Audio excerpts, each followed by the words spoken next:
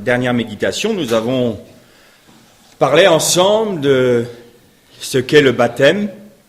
Nous avons vu que la réalité du baptême n'était pas simplement un acte ponctuel, que c'était une action spirituelle qui perdurait tout au long de notre vie. Nous avons vu ensemble et constaté ensemble que la signification du baptême pour nous, c'est d'être mort avec Christ, mort en Christ et ressuscité en Christ. Et si vous le voulez bien, aujourd'hui, je voudrais qu'on poursuive un peu dans cette pensée.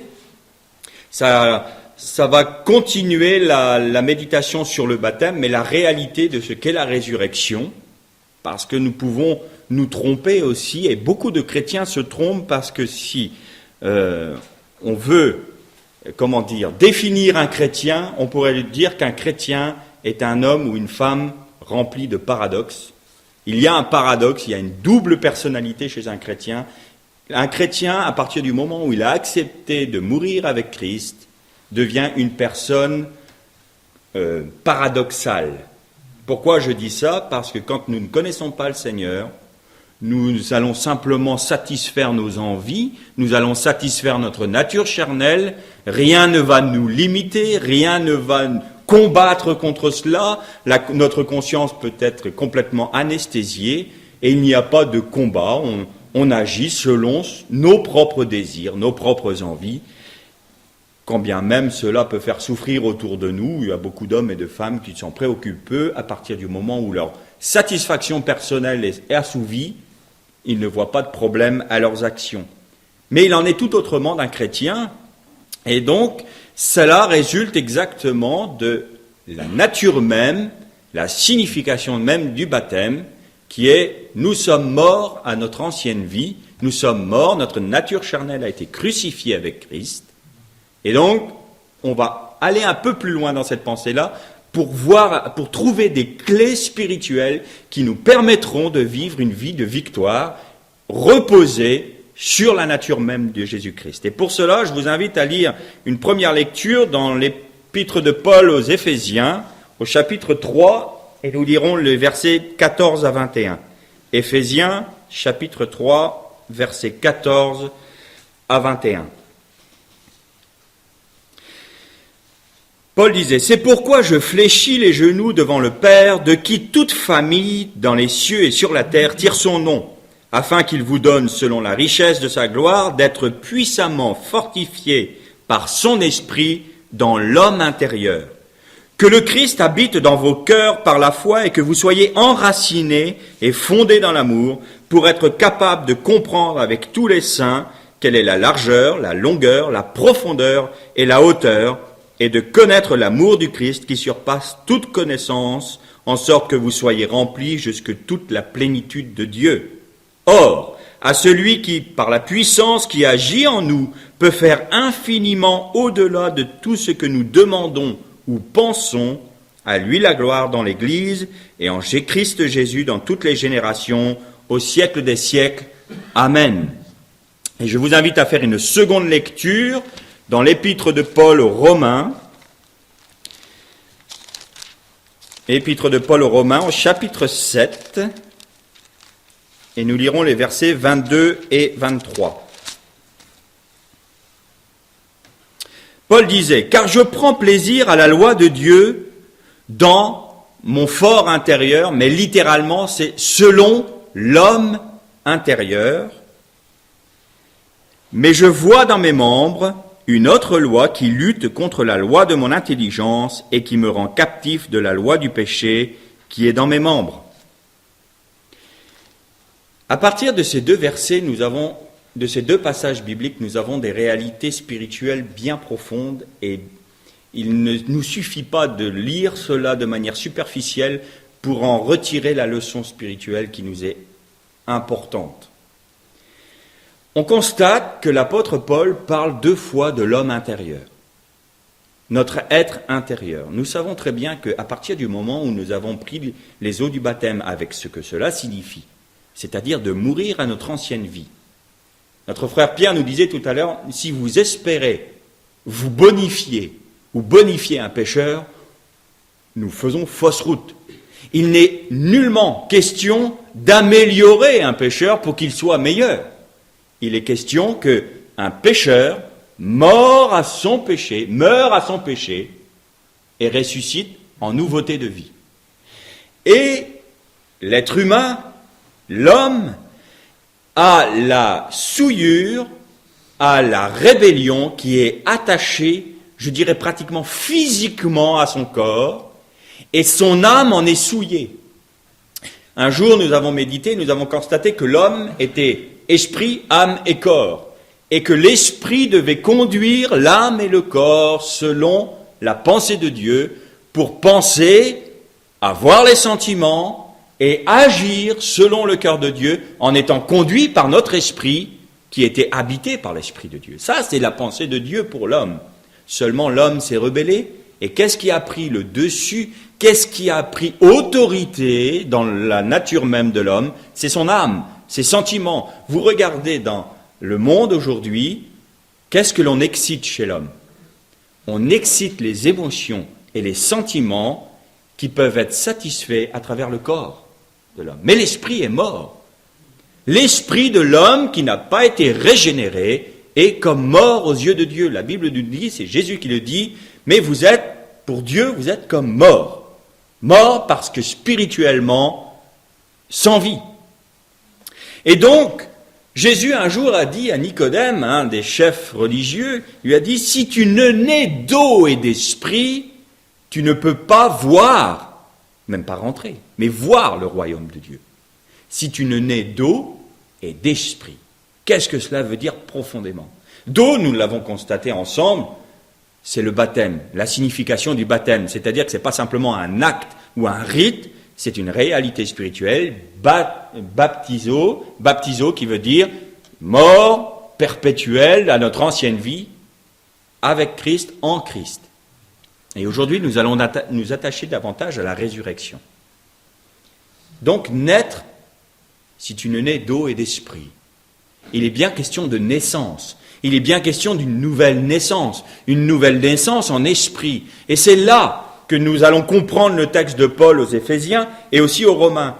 Comment se fait-il que Paul puisse dire aux Romains, voilà, j'aime, j'affectionne la parole de Dieu, la loi de Dieu, selon l'homme intérieur, mais je constate dans mes membres une autre loi qui fait la guerre à l'esprit et qui me conduit dans le péché.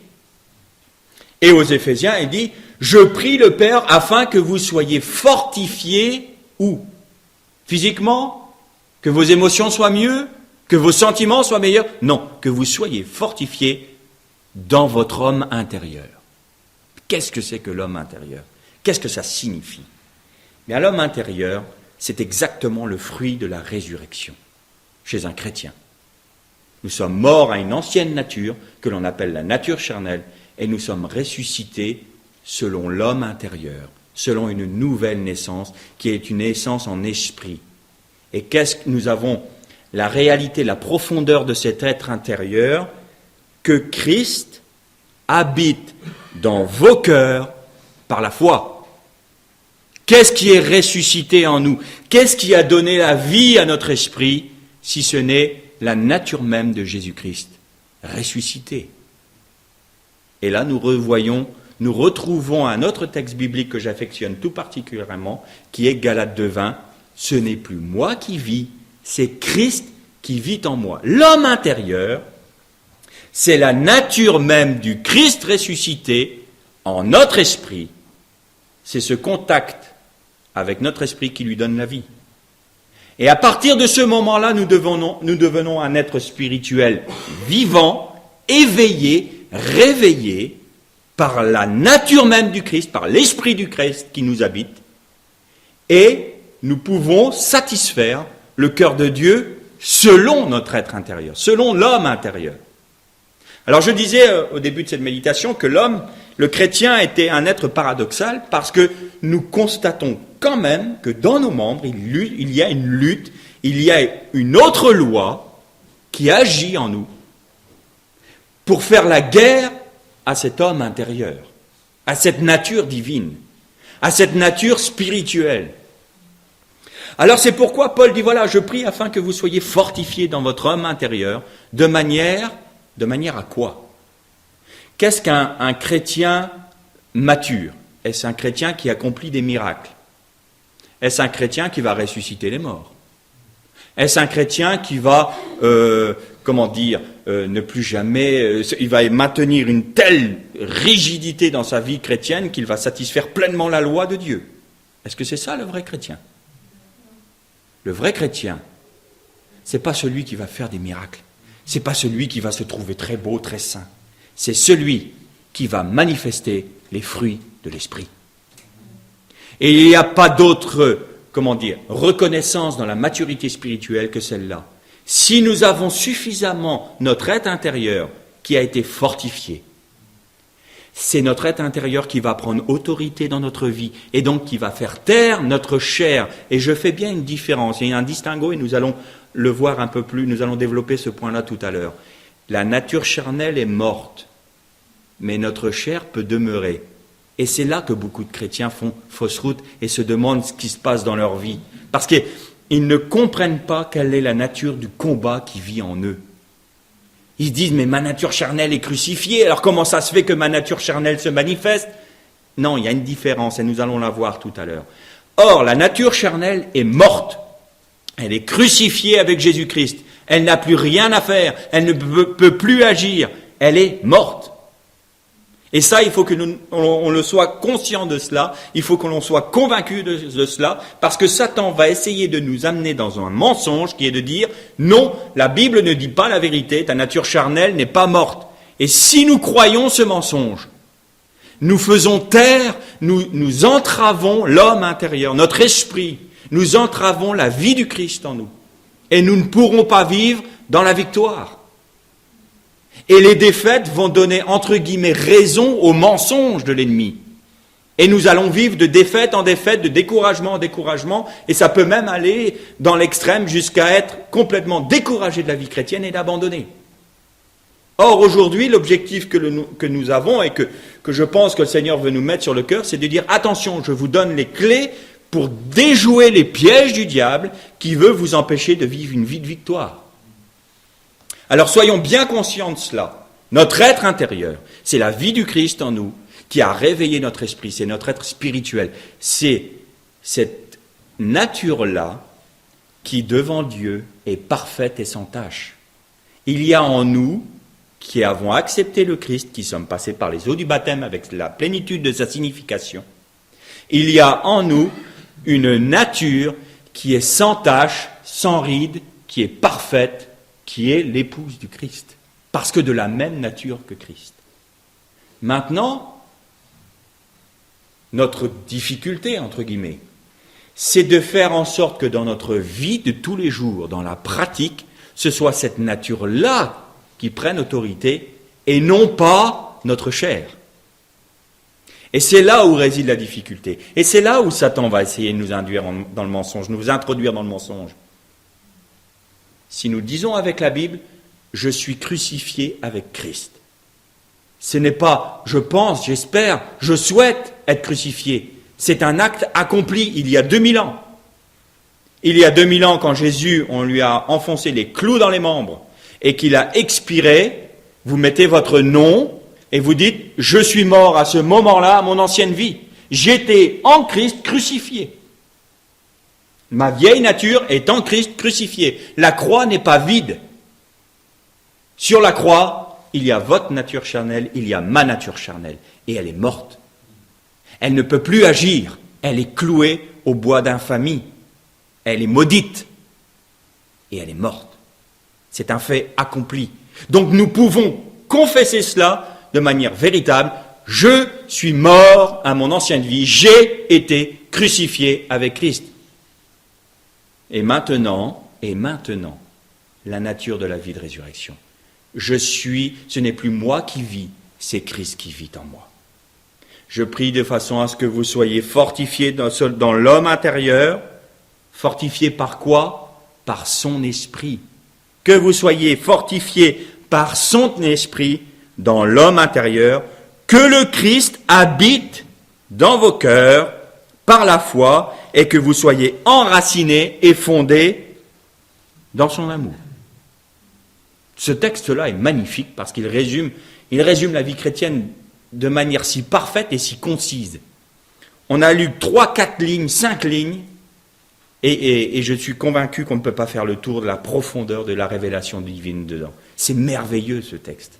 Merveilleux. Et quand on continue, on dit, voilà Seigneur, je ne comprends pas, je voudrais agir pour toi, je voudrais travailler pour toi, je voudrais faire quelque chose pour toi.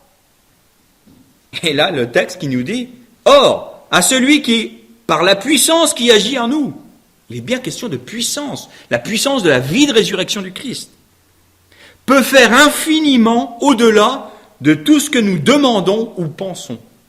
C'est-à-dire que la puissance qui agit en nous, dans notre être intérieur, dans notre homme intérieur, peut agir au-delà de ce que même on peut imaginer.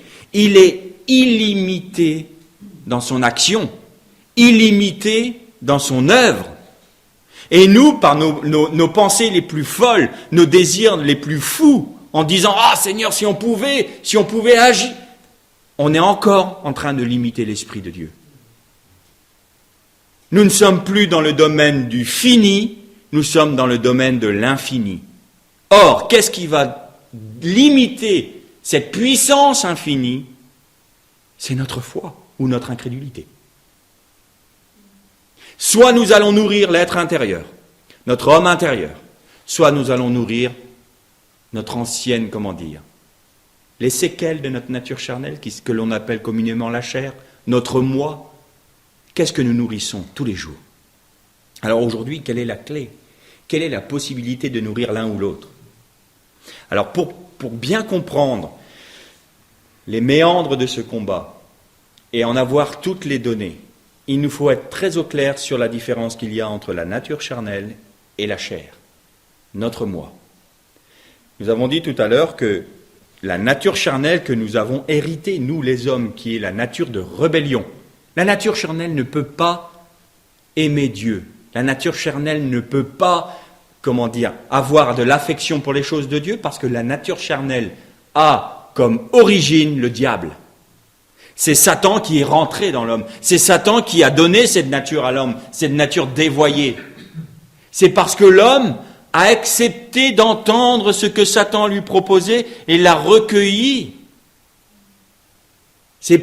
Il a recueilli la désobéissance et ça s'est concrétisé de manière physique en mangeant le fruit défendu. Ève a mangé un fruit, le fruit de la désobéissance. Et ça, c'est quelque chose qu'elle a ingéré. C'est quelque chose qui est dans le corps de l'homme, qui est à l'intérieur de l'homme. La désobéissance, la nature rebelle que Satan voulait donner à l'homme a été ingérée par l'homme. Et c'est quelque chose que l'on a. En Adam et Ève, nous sommes nés rebelles. Nous sommes nés charnels, nature charnelle. Et cette nature a pour origine le diable. Ça, il faut que ça soit clair. Or, le jour où nous avons accepté Christ en nous, plus que cela, Christ en nous, mais Christ comme sauveur, mais comme Seigneur. On dit bien Seigneur, on dit bien que c'est baptizo. On n'obéit pas au Seigneur juste un jour en disant « Ah Seigneur, merci, tu m'as donné ta vie, merci, je suis purifié par ton sang », on s'essuie la bouche et on continue à pécher comme avant. Le Seigneur nous purifie par son sang, il n'y a plus de problème, on peut agir comme on veut. Ça, c'était les Nicolaïtes. C'était pervers comme pensée. Ça, c'est verser l'huile d'onction sainte sur la chair de l'homme. Il ne peut pas y avoir bénédiction, là. Il y aura jugement. Il y aura jugement. Et donc, on ne peut pas faire du sacrifice de Jésus une très bonne assurance, entre guillemets, vie éternelle pour pécher comme on veut et dire « Ah Seigneur, ça y est, maintenant je vais être purifié. » Ah non! Nous avons été purifiés parce que nous avons réalisé que c'est notre péché même. C'est nous-mêmes qui avons amené notre Seigneur à la croix. Et que s'il a souffert ce qu'il a souffert, s'il a subi ce qu'il a subi, s'il a été réprouvé par Dieu à ce moment-là, c'est-à-dire rejeté loin du Père. « Père, pourquoi m'as-tu abandonné ?» C'est parce que j'ai péché. C'est parce que c'est moi qui l'ai séparé du Père. Alors si aujourd'hui je dis je suis chrétien mais je peux pécher parce que le Seigneur va encore me... Mais qu'est-ce que c'est que cette théologie ou cette doctrine de démon? C'est une doctrine de démon. Alors peut-être que vous allez me dire oui mais alors voilà le problème c'est celui-là, c'est que je n'ai pas envie de pécher. J'ai pas envie. Il y a quelque chose en moi qui aspire aux choses de Dieu. Et bien souvent, je vois dans mon corps, je vois dans mon action, je pêche. où je n'agis pas selon le cœur de Dieu, où il y a une loi en moi, et là il y a ce cri, oui, il y a ce cri, mais qui va me délivrer de ce corps de mort? Qui va m'en délivrer? Mais béni soit Dieu, je puis tout par Jésus-Christ qui me fortifie. Gloire à Dieu parce qu'en Christ il n'y a aucune condamnation. Alors qu'est-ce qu'il faut faire? Quelle est la clé? Alors la différence, mes frères et sœurs, entre la nature charnelle et notre chair, c'est celle-ci. Nous allons prendre un exemple tout bête, qui va parler très fortement à certains. L'image n'est pas belle, mais qu'importe, ça peut nous aider à comprendre. Mais je sais que parmi nous, il y en a certains qui vont très bien comprendre ce que je veux dire. Imaginons un locataire extrêmement indélicat qui vient dans votre maison. Il vient et il commence à dégrader votre maison. Vous êtes là, et puis ce locataire-là, il détruit tout dans votre maison. Ça, c'est la nature charnelle. C'est le locataire dans notre corps, c'est le locataire de notre vie. Il vient et il détruit. Il nous amène dans des souillures, il nous amène dans des péchés, il est la nature même de la rébellion. C'est-à-dire que la maison en elle-même ne s'est pas dégradée comme ça. Il y a une présence en elle qui l'a détruite, qui l'a dégradée. Ça, c'est la nature charnelle. Et puis, il y a eu un acte d'expulsion. L'acte d'expulsion, c'est l'acte qui était rédigé, qui nous était défavorable. Vous savez, ce texte biblique qui dit « Mais Jésus-Christ a effacé l'acte qui nous était défavorable. » C'est-à-dire, il a dit « Voilà, le locataire là, par mon sacrifice, je te donne l'autorisation, le pouvoir, la puissance de le mettre dehors. » Parce que Jésus est mort sur la croix, parce qu'il a effacé cet acte-là, maintenant, nous avons la possibilité de mettre hors de notre vie cette nature charnelle, ce locataire indélicat, par la puissance du Christ. Seulement voilà, le locataire est parti, il ne dégrade plus la maison. Mais les dégâts sont là, les séquelles sont là. Et c'est là la différence, mes frères et sœurs. Quand on a accepté Jésus-Christ, notre nature charnelle est crucifiée avec ses passions. Mais notre âme a été souillée. Notre âme a été amenée dans ses pensées, dans ses émotions, dans ses sentiments. Elle a été dévoyée. Elle a été habituée à être sous l'esclavage depuis notre naissance d'une nature rebelle. Alors que l'âme était un outil qui devait être soumis à notre esprit pour exprimer les sentiments de notre esprit qui lui-même recevait de Dieu, qui est esprit, les sentiments de Dieu. Et notre âme, par les sentiments et les émotions et l'intellect, transmettait à travers le corps les actions qui correspondaient à la pensée de Dieu. Vous voyez l'harmonie de Dieu? L'Esprit de Dieu habitant l'esprit de l'homme, l'esprit de l'homme commandant à l'âme de l'homme qui transmettait au corps les émotions, les sentiments et les pensées de Dieu, et le corps qui les manifestait de manière physique. Et cette âme-là était soumise à un ennemi, et elle a été toujours habituée à raisonner, à transmettre des émotions et des sentiments qui n'étaient pas ceux de Dieu, mais ceux du diable, ceux de notre nature charnelle, notre rébellion. Et donc, aujourd'hui, un chrétien a mis dehors ce locataire. La nature charnelle est morte, elle est crucifiée avec ses passions. Seulement, l'âme a trop souvent encore le réflexe d'agir ou de réagir selon son ancien maître. Et là où on a du mal à comprendre, c'est que Dieu ne veut pas la mort de l'âme de l'homme, mais il veut le rachat de l'âme. Si vous prenez les textes bibliques qui disent soyez saints ou travaillez pour le salut de votre âme. Le salut selon de la géhenne ou de l'enfer, c'est-à-dire si quelqu'un croit et qui est baptisé, il sera sauvé, c'est le verbe sozo. Sozo veut dire extrait, enlevé de la géhenne. Sauvé du péché, sauvé de la condamnation, sauvé de la mort. Ça, c'est sozo. Mais je ne me souviens plus du terme grec pour celui qui veut sauver son âme.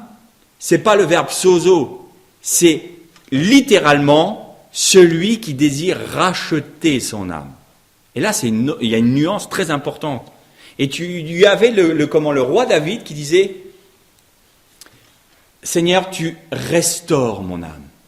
Tu restaures mon âme. » Il y a un travail de restauration de rachat qui se place au niveau de l'âme de l'homme, pas de l'esprit. L'esprit est vivifié par l'esprit du Christ. Mais l'âme de l'homme a besoin d'être rachetée, d'être restaurée par une puissance de vie qui est notre homme intérieur. Et donc en cela, il y a un travail, c'est ce que l'on appelle, mes frères et sœurs, la sanctification. Séparer ce qui est vil de ce qui est saint. Séparer ce qui est profane de ce qui est saint. Et la Bible dit que la parole de Dieu est une épée à double tranchant qui sépare les jointures de l'âme et de l'esprit pour bien faire la différence de ce qui doit être racheté et rejeté et de ce qui doit être gardé comme saint. C'est dans la parole de Dieu, c'est à travers la parole de Dieu que nous pouvons déterminer ce qui est la différence entre ce qui est saint et ce qui est profane. Alors aujourd'hui, si nous comprenons ça, nous allons pouvoir commencer à avoir un discernement spirituel plus fort et dire, Seigneur, maintenant voilà, je comprends que en moi, il y a une nature qui satisfait pleinement ta volonté, cet homme intérieur. Et Seigneur, je vais prier comme Paul, par la puissance de ton esprit, Seigneur. Fortifie-moi dans mon homme intérieur. Fortifie-moi. De manière à ce que cette nature-là, qui n'a pas de limite, ne soit pas limitée par mon âme encore souillée. Alors aujourd'hui, je fais un acte tout simple. Qu'est-ce qu'on disait la dernière fois qu'on a médité? On disait, tiens, on va sortir de cette salle et on va rencontrer les difficultés de la vie tout de suite. Mais on est mort. Seigneur, si tu ne fais rien, je resterai dans la mort. Ça, c'est un acte d'abandon, n'est-ce pas? C'est un acte d'abandon dans la mort. Seigneur, je ne peux rien faire. Si tu ne me ressuscites pas, c'est fini pour moi. Eh bien là, pour la vie de résurrection, c'est la même chose. Seigneur, maintenant que je suis mort, je ne peux pas me ressusciter moi-même. On est bien d'accord. Je suis incapable, je suis mort. Eh bien, écoute, Seigneur, voilà. Je sais qu'il y a en moi deux natures. Mais ma volonté, c'est de faire ta volonté. Mon désir, c'est de satisfaire ton cœur. Ce que je veux chercher en premier, c'est ton royaume et ta justice. Et là, vous allez tout de suite avoir une voix en vous qui va dire, ah oui, ça c'est bien joli, mais tu ne peux pas. Tu ne peux pas.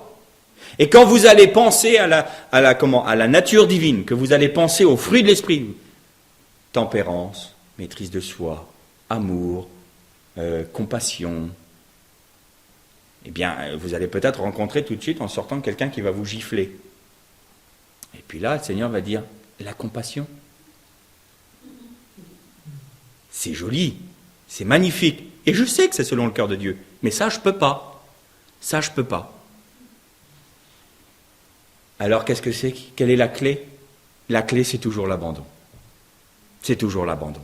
Seigneur, je ne peux pas faire, mais je m'abandonne à toi. Tout comme je me suis abandonné dans la mort, sachant que je ne pouvais rien produire. Eh bien, je m'abandonne dans tes mains pour que toi-même tu produises en moi ce qui est selon ton cœur. Et alors, vous voyez que l'évangile devient d'une simplicité merveilleuse. Pourquoi? Parce que nous constatons que Christ a vraiment tout accompli. Et qu'encore aujourd'hui, il accomplit toutes choses.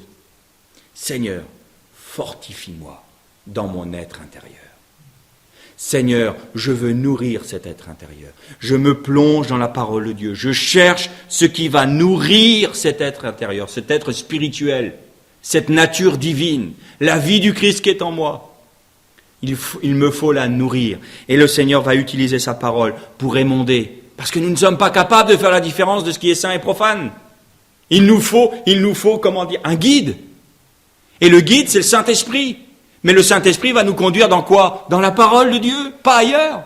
Il ne va pas nous donner une nouvelle doctrine. Il va pas nous donner... Tout est là, tout est dans la Bible, tout est dans la parole de Dieu. Mais par contre, le Saint-Esprit va nous faire plonger dedans, nous faire entrer dedans, nous pénétrer de cette parole. Il va nous faire rentrer dans la substance même de la parole de Dieu. Pas dans la surface. Il ne va pas nous arrêter simplement à la surface des choses. Il veut nous faire plonger dedans. Il veut nous immerger dedans. On revient encore à baptiso. On revient toujours à cette immersion. Immersion dans la mort, mais immersion dans la vie.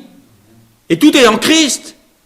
Parce que Christ est la parole de Dieu faite chair. Christ est la parole de Dieu. Et on ne sera plongé en rien d'autre qu'en Christ. C'est ça qui est magnifique.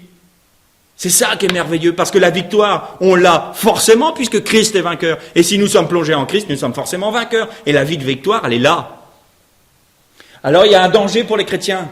C'est déjà de ne pas faire la différence entre la nature charnelle et encore ce qui souille son âme. Et va se dire, ah ouais, mais moi, tout d'un coup, j'ai eu une mauvaise réaction face à cette situation et je me sens accusé. Alors là, mes frères et sœurs, je vous dis, attention, alerte rouge, danger. Alerte rouge, danger. L'accusation ne vient pas de Dieu. Il n'y a que l'ennemi qui accuse. L'Esprit de Dieu, vous allez me dire, oui, mais enfin bon, il faut bien que le Seigneur nous convainque de pécher pour qu'on se repente. Mais justement, le mot est différent. Le Seigneur ne nous accuse pas du péché pour nous faire nous repentir. Il nous convainc. Il nous met face à notre réalité.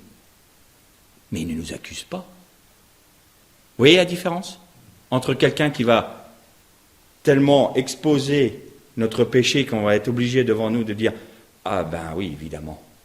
Ben oui, là je suis pécheur. » Il n'y a pas d'accusation, il y a des faits qui sont exposés. Et on est bien forcé, si on est honnête, de dire « Ah oui, là, je suis forcé d'admettre que j'ai péché. » Et ça nous amène à quoi? À la dépression?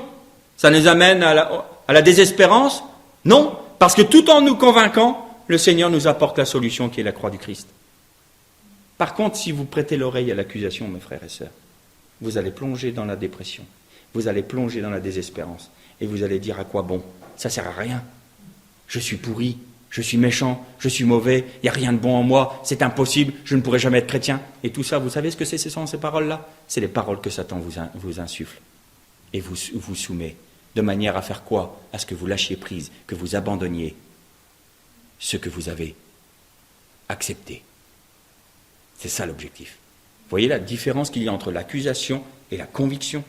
C'est énorme. La conviction emmène avec elle l'espérance en Jésus-Christ. L'accusation amène la désespérance et la volonté, entre guillemets, de tout abandonner parce qu'on ne peut pas. Ne jamais, jamais, mes frères et sœurs, ne jamais prêter l'oreille à l'accusation. Jamais. D'où qu'elle vienne, de quelque nature qu'elle se pare. Jamais. Même si c'est un ange de lumière qui vient vous dire « Je t'ordonne parce que toi, voilà comment tu es ».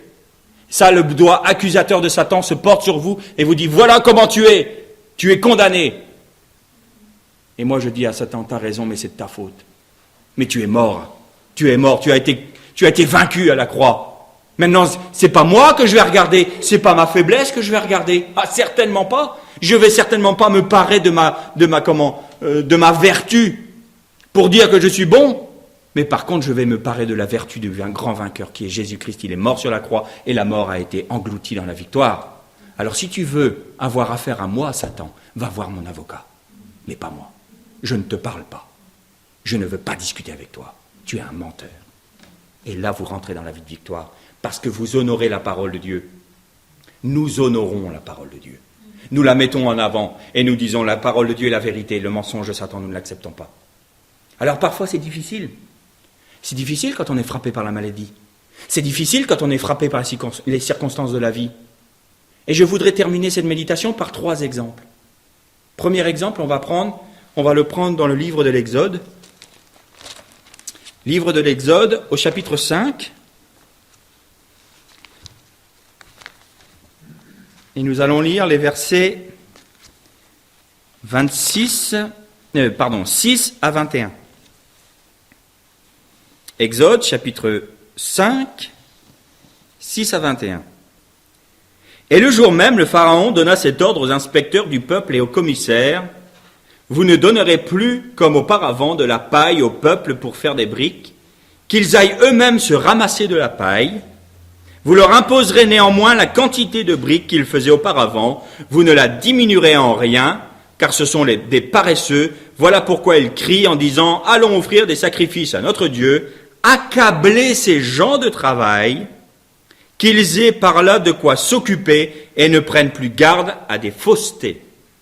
Les inspecteurs du peuple et les commissaires allèrent dire au peuple, « Ainsi parle le Pharaon, je ne vous donne plus de paille, allez vous-même vous procurer de la paille, où vous en trouverez, car l'on ne diminue en rien votre tâche. Le peuple se dispersa dans tout le pays d'Égypte pour ramasser du chaume au lieu de la paille. Les inspecteurs les pressaient en disant « Finissez votre ouvrage journalier comme quand il y avait de la paille ». On frappait même les commissaires des Israélites établis sur eux par les inspecteurs du Pharaon. « Pourquoi, disait-on, n'avez-vous pas fini de pétrir hier et aujourd'hui le nombre de briques qui vous étaient imposées comme avant ?» Les commissaires des Israélites allèrent se plaindre au Pharaon et lui dire « Pourquoi traites-tu ainsi tes serviteurs ? On ne donne point de paille à tes serviteurs et l'on nous dit « Faites des briques !» Alors tes serviteurs sont battus et c'est ton peuple qui est en faute. Le Pharaon répondit « Vous êtes des paresseux. Voilà pourquoi vous dites « Allons offrir des sacrifices à l'Éternel. » Maintenant, allez à votre tâche, on ne vous donnera pas de paille et vous livrerez la même quantité de briques. Les commissaires des Israélites virent qu'on les rendait malheureux en disant « Vous ne diminuerez en rien du nombre de briques à livrer chaque jour. » En sortant de chez le Pharaon, ils rejoignirent Moïse et Aaron qui les attendaient. Ils leur dirent « Que l'Éternel vous regarde et qu'il juge. Vous nous avez rendus odieux au Pharaon et à ses serviteurs, vous avez mis une épée dans leurs mains pour nous tuer. » Étonnant. Moïse est envoyé par Dieu pour libérer le peuple d'Israël. Et le premier résultat qu'on voit, c'est que leur état s'empire.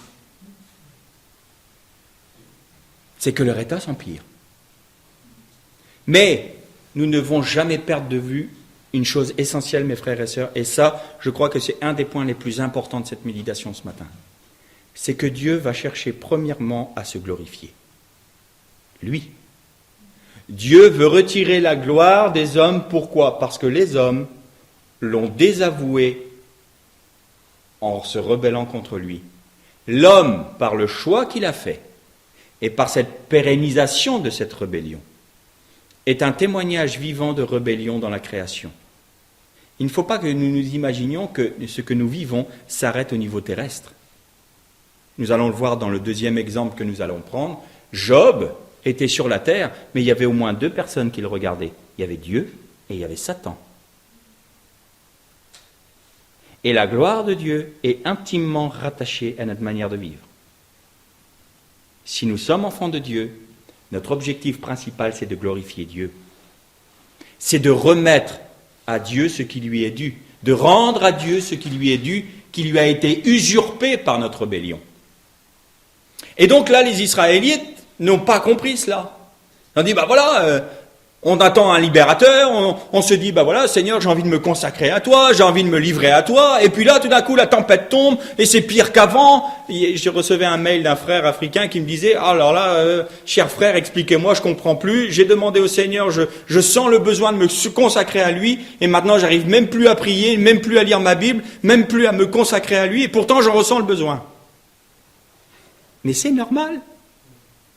Pourquoi tu vis ça ? Parce que tu as demandé à Dieu de te consacrer à lui.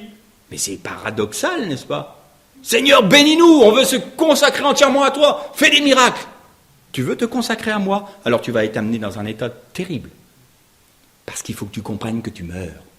Il faut que tu comprennes que tu ne peux rien faire par toi-même. Il faut que tu comprennes que tu dois désespérer de ce que tu es, toi. Que tu arrêtes de regarder à toi pour trouver des ressources à tes besoins. Alors j'ai besoin, moi, de me glorifier dans ta vie. Mais pour me glorifier dans ta vie, il faut que j'enlève toutes tes possibilités humaines d'échapper à ta condition. Alors c'est la catastrophe qui arrive.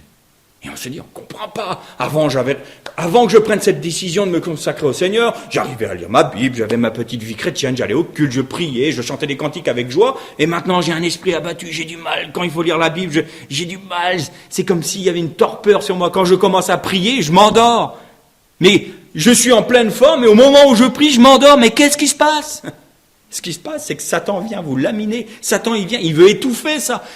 Satan a une peur horrible d'un homme ou d'une femme qui se consacre à Dieu. Il n'a pas peur des religieux. Il n'a pas peur des rites. Il n'a pas peur des traditions. Mais quelqu'un qui se consacre à Dieu pour satisfaire son cœur, alors là, vous pouvez être sûr que vous attirez l'attention de Satan sur vous. Mais il ne faut pas que ça nous effraie. Christ est vainqueur. Et si nous nourrissons l'être intérieur, comme nous l'avons dit tout à l'heure, Satan ne peut rien faire. Rien. Parce que votre dépôt est gardé dans les mains du Christ. Et là, le peuple n'a pas compris. Vous auriez dû voir Moïse. Et combien de chrétiens, je l'ai fait, donc je peux me permettre de le dire, combien de chrétiens vont voir le Seigneur en disant, ouais, Seigneur, tu vois, je me suis consacré à toi, puis voilà le résultat, maintenant regarde comment je suis. Ah, oui, le Seigneur, malheureusement, il en a entendu avec moi. Parce que je ne comprenais pas. Seigneur, normalement, si je me consacre à toi, tu vas sauver des âmes, tu vas faire plein de choses, tu vas m'utiliser tout de même, non? Et là, regarde la condition dans laquelle je suis. C'est tempête, je suis verrouillé, je suis comme emprisonné. Moi, on me demande de faire des briques et on me donne rien à faire. On me donne pas de paille, on me donne même pas les matériaux et on me demande de garder ça. Mais je peux rien faire, moi. Ah, je peux rien faire, moi. Voilà le maître mot. Voilà ce que Dieu veut entendre. Je peux rien faire, moi. Je puis tout par Jésus-Christ qui me fortifie. Je puis tout. Tu peux tout, mon frère, ma sœur. Tu peux tout par Jésus-Christ qui te fortifie. Pas demain, maintenant. Le moindre problème que tu vis, la moindre impasse dans laquelle tu es amené, elle est transcendée par la vie du Christ qui n'est pas extérieure à toi, qui est en toi. Il faut la trouver, il faut la chercher avec ardeur, il faut avoir une soif de se plonger dans cette nature intérieure pour en retirer la vie même. Et alors, tu seras plus comme un Philippe de Houx rebelle qui dit à Seigneur, je ne comprends pas. Pourquoi je fais autant de briques alors que j'ai pas de paille? Tu vas dire, Seigneur, tu veux te glorifier.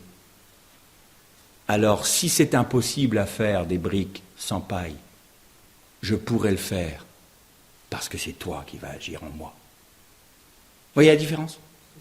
C'est toi qui vas le faire, c'est pas moi. On va plus se rebeller en disant, Seigneur, je peux pas. Mais enfin, c'est ça que je veux que tu comprennes. Tu ne peux pas.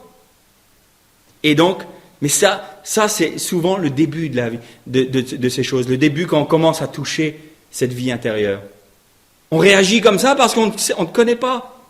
On a plein d'imagination, le peuple d'Israël devait se dire, ah chouette, le libérateur arrive, c'est merveilleux, on va aller louer le Seigneur, on va libérer de l'esclavage, mais ce qu'ils n'avaient pas compris, c'est que Dieu voulait endurcir le cœur de Pharaon de manière à produire des miracles et des prodiges suffisamment loin pour pas que les agents de Satan qui produisent les mêmes choses. Vous avez vu qu'au début des 10 plaies, les magiciens égyptiens faisaient la même chose.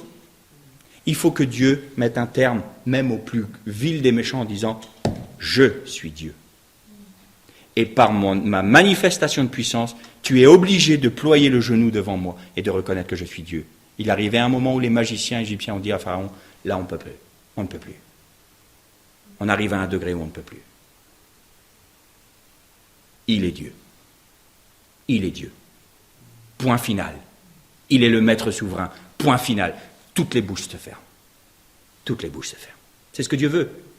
Et si nous comprenons ça, dans toutes les circonstances de nos vies, si nous mettons en premier, comme dans l'épître aux Corinthiens qui dit, que vous mangiez, que vous buviez, que vous fassiez toutes choses, que tout soit fait pour la gloire de Dieu. Faites tout pour la gloire de Dieu. Que jamais, en tant qu'enfants de Dieu, nous soyons distraits ou nos regards détournés de la nature même de la gloire de Dieu. Que tout ce que nous faisons soit premièrement pour la gloire de Dieu. Cherchez premièrement son justice et son royaume. C'est premièrement la gloire de Dieu. Seigneur, si tu permets ça dans ma vie, tu veux te glorifier. Quelle est la réaction que je dois avoir dans cette situation pour que tu en sois glorifié? Et ça, vous allez avoir tout de suite la réponse dans votre être intérieur. Par contre, vous allez avoir votre nature qui va dire « Ah non, là je vais agir, là je vais faire ça, là je vais faire comme si. » Et là, vous avez ces deux choix. Soit vous vivez selon la chair, soit vous vivez selon l'esprit. Ne donnez plus à la chair ce qu'elle désire, mais rendez à l'esprit ce qu'il désire. Et vous serez des êtres spirituels et non plus charnels. Relisez Galates et vous allez voir que des chrétiens qui se sont laissés berner et sont repartis à la chair plutôt que de rester dans l'esprit. Vous avez bien commencé, dit Paul, mais vous avez vu où vous en êtes? Comment ça se fait? Mais qui vous a séduit? Pourquoi vous agissez charnellement? Non, vous avez la capacité d'agir de manière spirituelle. Le deuxième exemple, je vais être rapide parce que le temps passe, excusez-moi. Nous allons trouver justement dans Job. Et nous allons lire dans le chapitre 1er, le verset 21. Alors là, Job, il a eu tous les cataclysmes sur sa vie, il a perdu ses enfants, perdu sa situation, perdu sa santé, tous les enfants morts, hein. Tout son troupeau décimé, toute sa richesse évanouie, sa santé même. Et qu'est-ce que dit Job, pardon. Il dit, nu je suis sorti du sein de ma mère, et nu j'y retournerai. L'Éternel a donné, l'Éternel a ôté, que le nom de l'Éternel soit béni. Alors là, ça c'est magnifique. Ça c'est magnifique. Pourquoi? Parce que la femme même de Job, alors mes frères et sœurs, ne regardez pas vos épouses avec un regard sévère. Hein. On est souvent nous-mêmes les femmes de Job. Maudit Dieu et meurs. T'as vu ce que t'as? Tu as voulu être chrétien, tu as toujours agi selon le cœur de Dieu, tu as toujours fait de ton mieux pour satisfaire le cœur de Dieu, et voilà le résultat. Nos enfants sont morts, notre situation est perdue, tu as ta santé même, maudis-le et meurs. Que ça en soit fini. Notez une chose intéressante quand même. Satan, il n'avait pas le droit de toucher à la vie de Job. Mais par contre, il a placé un de ses agents auprès de Job, pour que lui-même saute la vie lui-même. Il l'a incité. Moi, je ne peux pas le tuer. Il ne pouvait pas faire en sorte que la maladie l'emporte dans la mort. Ah, mais si lui sautait la vie, si je l'amenais suffisamment dans la désespérance pour que lui-même se retire la vie, moi, je ne l'ai pas touché. Vous voyez le côté pernicieux? Et Job, qu'est-ce qu'il dit, cette déclaration magnifique? J'avais rien quand je suis arrivé. Le Seigneur m'a tout donné, le Seigneur a tout repris, mais il est maître. Que le nom de l'Éternel soit béni. Alors là, Dieu est glorifié. C'est pas Satan qui est glorifié. Et pourtant, Job avait quelque chose à apprendre. Il avait quelque chose à apprendre. Parce que Job, tout d'un coup, submergé, il n'y en a pas beaucoup qui ont vécu ce qu'il a vécu quand même. J'aurais vécu le 8e de ce que Job a vécu, croyez-moi que j'aurais réagi rapidement. Et j'étais incapable de réagir comme ça. Si, j'étais capable. Mais je ne l'aurais peut-être pas laissé. Je n'aurais peut-être pas laissé ma nature intérieure le faire. La vie du Christ se manifester. Et là, Job, au bout d'un moment, tellement submergé, on parlait tout à l'heure d'être submergé par les eaux de la tempête et de l'épreuve. À un moment, il dit, mais enfin, qu'est-ce qu'il met devant? Et il met sa propre justice devant. Mais j'étais comme si j'ai fait un pacte avec mes yeux, je ne regardais pas une vierge, j'ai toujours été fidèle, j'ai toujours donné aux pauvres, j'ai toujours... Voilà, j'ai. Et le Seigneur voulait lui apprendre de dire, tu oublies le j'ai et tu mets le Dieu a, Dieu a, Dieu a. C'est ça que je veux t'enseigner. Et c'est pour ça qu'à la fin de son livre, Job pouvait dire, avant j'avais entendu parler de toi, mais aujourd'hui, à travers tout ce que j'ai vécu, mon œil t'a vu. Pourquoi? Parce que je sais que tout vient de toi. Ça, c'est magnifique. Dernier exemple rapidement pour terminer. Daniel et ses compagnons, ils ont décidé d'être fidèles. Ils ont décidé d'être fidèles et ça leur a coûté cher. Vous savez, notre fidélité va nous coûter cher. Vous pouvez être garantis, mes frères et sœurs, que votre fidélité, si vous voulez être consacré et rester fidèle à Dieu, ça va vous coûter cher. C'est le prix à payer. Et il ne faut pas s'imaginer qu'il y aura une limitation parce que c'est nous. Non. Tous ceux qui ont été consacrés ont été persécutés. C'est comme ça. Pourquoi? Parce que l'esprit du monde est inimitié à l'esprit de Dieu. C'est d'une logique implacable. Donc si vous voulez vraiment être consacré à Dieu, vous serez persécutés. Point. Et donc, voilà, le roi de Babylone avait dit, tous ceux qui ne se prosterneront pas devant ma statue et m'adoreront seront jetés dans la fournaise. Daniel et ses compagnons ont dit, quoi qu'il nous en coûte, même s'il faut qu'on soit jeté dans la fournaise, on ne priera pas une idole. Nous avons l'Éternel, notre Dieu. Et ça sera lui et nul autre. Alors, béni soit Dieu, le Seigneur va les délivrer, il va ouvrir les yeux du roi de Babylone, et il va faire en sorte que le cœur du roi soit apaisé envers Daniel et ses compagnons, et ils vont être... Quoi? Ils vont échapper à la fournaise? Ah non, ils vont y être précipités. Oh, mais on ne comprend pas, Seigneur, pourquoi tu permets ça? Vous allez comprendre. Laissez faire, vous allez comprendre. Qu'on lie les mains de ces hommes. Et pourtant, le roi aimait Daniel. Le roi aimait Daniel. Il l'avait jeté dans la fosse au lion, puis il avait pleuré. Daniel, es-tu là? Daniel, es-tu là? Il l'aimait. Mais là, non. C'est fini. Liez les mains de ces hommes et jetez-les dans les fournaises. Qu'est-ce qui s'est passé? Les soldats les plus vigoureux, nous dit la Bible, qui ont pris les compagnons de Daniel et qui les ont jetés dans la fournaise, eux-mêmes sont morts tellement la fournaise était forte et puissante. Les soldats même sont morts. Et tout d'un coup, les trois, Daniel et ses 2 compagnons, étaient dans la fournaise. Puis tout d'un coup, le roi, il dit, mais nous avons jeté 3 hommes dans la fournaise. Oui, mais j'en vois 4. 4 qui sont déliés. Quelle est cette chose étrange? Qu'est-ce qui se passe? Et Daniel et ses compagnons sortent, les 3. Leurs vêtements n'étaient pas brûlés, leurs cheveux étaient intacts, ils n'avaient même pas l'odeur du feu. Il y avait juste une différence. Ils étaient rentrés dans la fournaise en étant liés. Ils sont ressortis dans la fournaise étant déliés. Elle est là, la leçon. Vous inquiétez pas d'être jetés dans la fournaise. C'est pour vous délier de votre, quoi? Votre chair. C'est pour que vous appreniez à faire sortir la nature divine. Qui était le 4e homme? Exact, c'était Jésus. Dans l'Ancien Testament, on dit toujours l'ange de l'Éternel, au singulier. Et à chaque fois qu'il est parlé de l'ange de l'Éternel, on voit bien que c'est Jésus-Christ qui était là. Et l'ange de l'Éternel était dans la fournaise avec eux. Quelle était la nature qui ressortait dans la fournaise? Jésus. Et qu'est-ce qu'elle a produit, cette nature de Jésus, cette vie de Jésus, pour les compagnons de Daniel et pour Daniel lui-même? Ils ont été déliés. C'est le signe que nous sommes liés par notre ancienne nature, que nous avons toujours ces réflexes charnels. Et nous sommes liés par ces réflexes.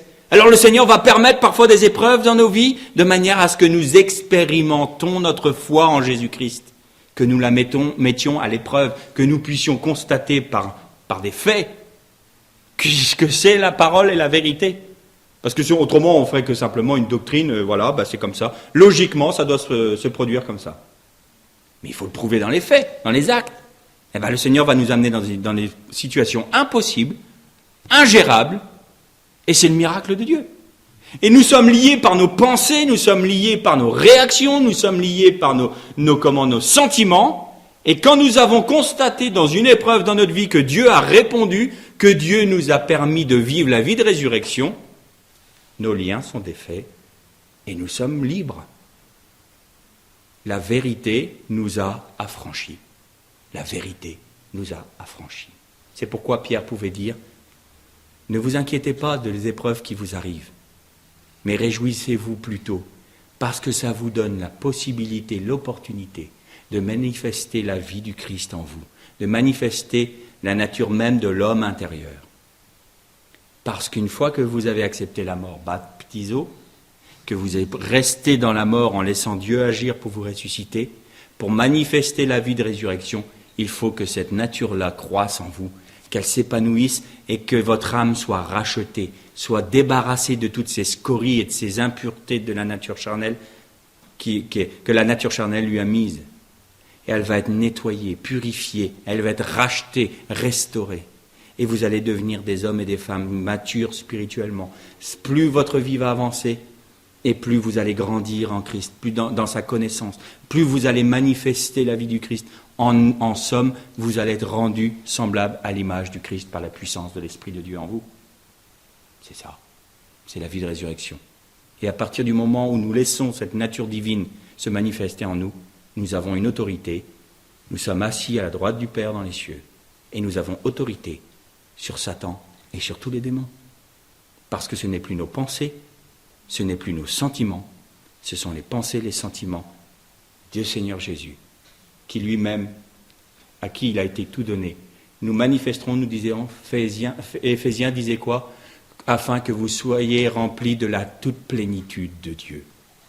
Tout s'accorde, tout s'emboîte, tout est parfait et tout ça vient de Dieu. Et c'est un don gratuit. Que le Seigneur vous bénisse.